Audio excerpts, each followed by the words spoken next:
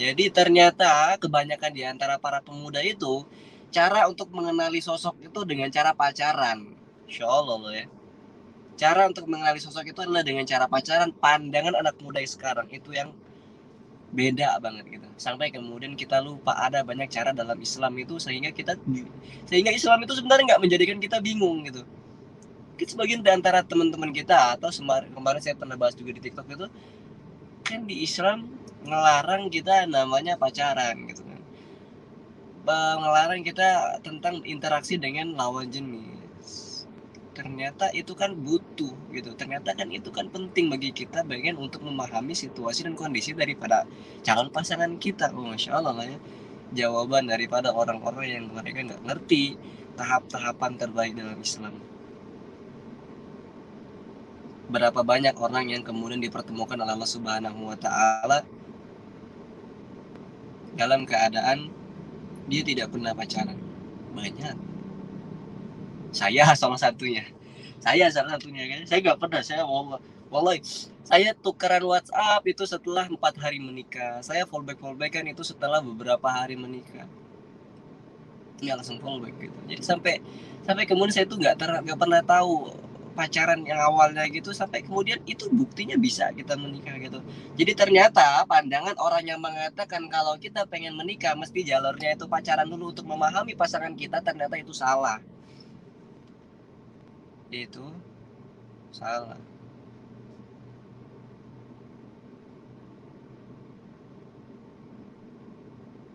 Sepi bet kolom chat daripada di Google. Yoi.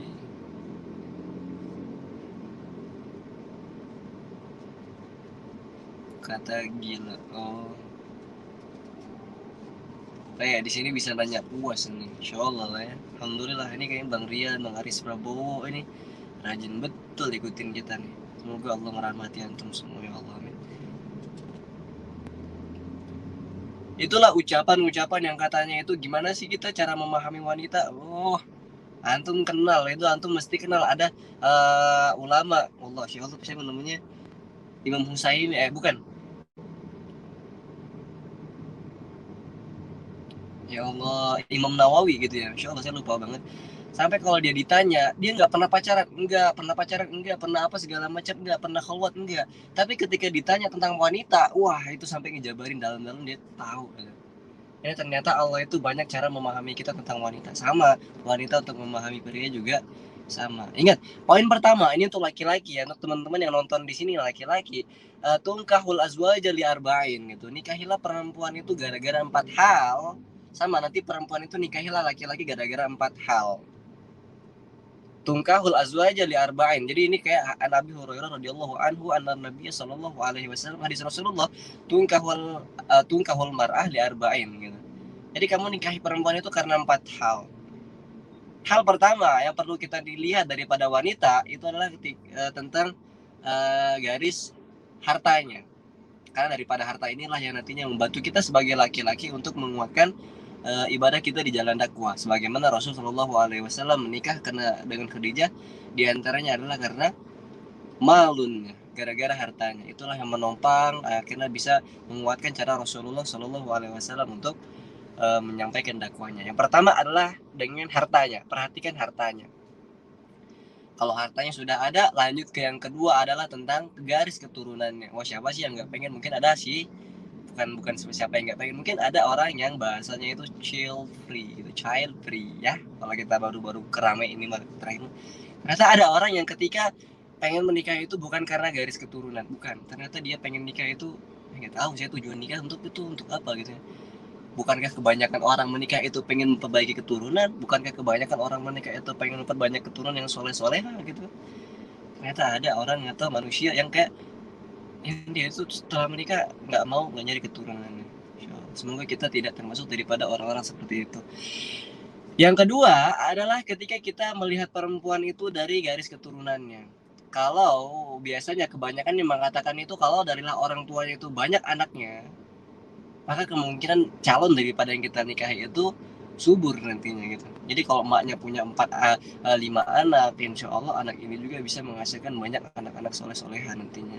Karena dari garis keturunan juga lah yang akhirnya kita paham, oh ini anak anaknya bagus gitu, oh ini anak bukan mantan napi, oh ini anaknya bukan anak dari mereka yang pejudi gitu. Siapa sih yang nggak pengen, siapa sih yang pengen punya bapak atau punya mertua yang kayak mertuanya itu bolak-balik main judi gitu, ternyata kita nggak pengen. Perhatikan dari situ. Yang kedua adalah garis keturunannya. Yang ketiga itu masuk ke notabene-nya itu garis kecantikan gitu. Wah, tentang fisik gitu ya. Bukan memang laki-laki sama aja nengok fisik, bukan. Ternyata memang gitu, bukankah wanita juga kemudian melihat fisik gitu. Memang ini sunnah dari Rasulullah SAW. Yang keempat adalah melihat kecantikan daripada kita nanti. Melihat daripada wajahnya, melihat daripada telapak tangannya. Lihatlah kecantikan sekilas gitu, kalau sekilas daripada pasangan kamu nanti cantik atau enggak, telinganya bukan, matanya bagus atau enggak, hidungnya mancung atau enggak gitu, mulutnya bagus atau enggak gitu kan. Ternyata yang ketiga, kategori yang ketiga adalah kamu lihat kecantikan daripada pasangan kamu nanti, insyaallah. Yang keempat itu tentang lidi nih. Nah, yang keempat itu ini untuk laki-laki ke perempuan nih. Yang keempat itu lihatlah dari agamanya. Kalaulah dia orangnya rajin sholat, insya Allah ya. Kalaulah orang nggak ikut ke pengajian Hyung Agam gitu, wah, itu udah fix baik gitu. Kalau dia itu tiap hari ikut kajian sore gitu, kemudian dapat lagi dan segala macam, pokoknya dia udah dapat tentang agamanya, dapat banget feelnya gitu. Nah itu udahlah, maju aja, jalurnya dapat tuh. Itu yang cara laki-laki untuk mendapati perempuan, lihat empat ini. Sama loh kayak perempuan itu pengen mendapatkan laki-laki atau suami soleha, itu perhatikan empat juga gitu.